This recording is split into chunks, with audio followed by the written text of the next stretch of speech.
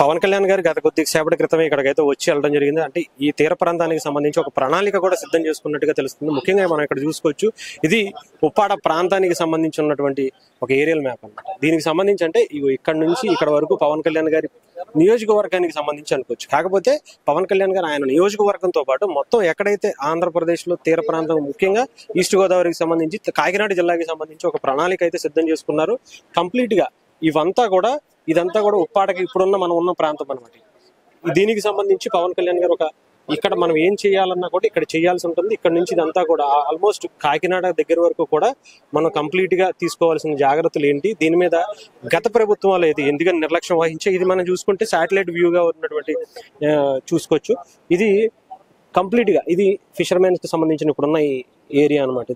ఇది ఇప్పుడు కంప్లీట్ గా ఆల్మోస్ట్ సగం వరకు ఇదంతా కూడా తీర ప్రాంతం కొట్టుకుపోయినటువంటి ప్రాంతం. సో ఇదంతా కూడా ఈ కారిడార్ అంతా కూడా పవన్ కళ్యాణ్ గారు కంప్లీట్ గా మనం చేయవలసిన జాగ్రత్తలు ఏంటి, దీని మీద తక్షణంగా మనం ఏం చేయాలి అని చెప్పి అధికారులని అడిగి తెలుసుకుంటున్నారు. అలాగే చెన్నై నుంచి కొంతమంది కూడా ఇక్కడికి రావడం జరిగింది, స్పెషలిస్ట్ ఎక్స్పర్ట్స్ అని చెప్పుకోవచ్చు. దీనికి సంబంధించి ఇక్కడ మనం కంప్లీట్ గా చూసుకుంటే ఇది ఈస్ట్ గోదావరి, అలాగే మిగతా ఈ మన ఆంధ్రప్రదేశ్ ఉన్నటువంటి మొత్తం ఏరియా అంతా కూడా చూసుకోవచ్చు. ఈ జిల్లా అంటే ఈ కంప్లీట్ గా ఈ ఏరియా మొత్తం కూడా మనం చేయాల్సి ఉంటుందని చెప్పి అధికారులు చెప్పడం జరిగింది.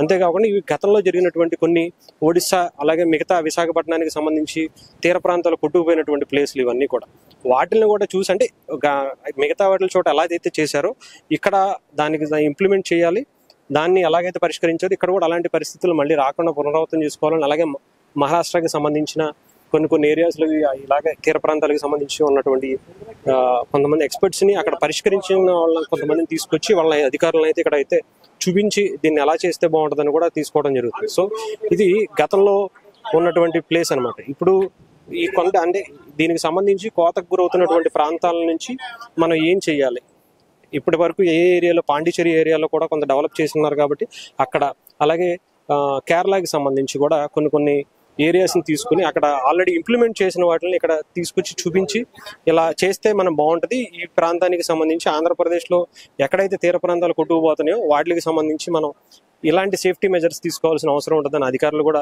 పవన్ కళ్యాణ్ గారికి మొత్తం ఎక్స్ప్లెయిన్ చేసినటువంటి విధానం కూడా ఇక్కడ మనం చూసుకోవచ్చు. సో ఏదేమైనా సరే పవన్ కళ్యాణ్ గారు పూర్తి స్థాయిలో అంటే ఇప్పటి వరకు స్వాతంత్రం వచ్చిన తర్వాత కంప్లీట్ గా ఎవరో ఒకళ్ళు వస్తున్నారు వెళ్తున్నారు తప్ప, అధికారులు కావచ్చు లేకపోతే ప్రభుత్వాలు మారుతున్నాయి తప్ప ఈ సమస్యకి అయితే పరిష్కారం అయితే దొరకట్లేదు. సో కంప్లీట్ గా దీనికి సంబంధించి ఒక పూర్తి స్థాయిలో అంటే భవిష్యత్తు తరాల్లో కూడా ఈ ప్రాంతం బాగుండాలి, దీనికి తీర ప్రాంతం కోతకు గురి కాకుండా ఉండాలంటే ఏం చేయాలనేది కూడా పవన్ కళ్యాణ్ గారు చూసుకున్నట్టుగా తెలుస్తుంది. కంప్లీట్ గా మనం చూసుకుంటే ఈ ఏరియా అంతటా కూడా మొత్తం ఆల్మోస్ట్ ఇదంతా కూడా కోతకు గురైనటువంటి ప్రాంతమే.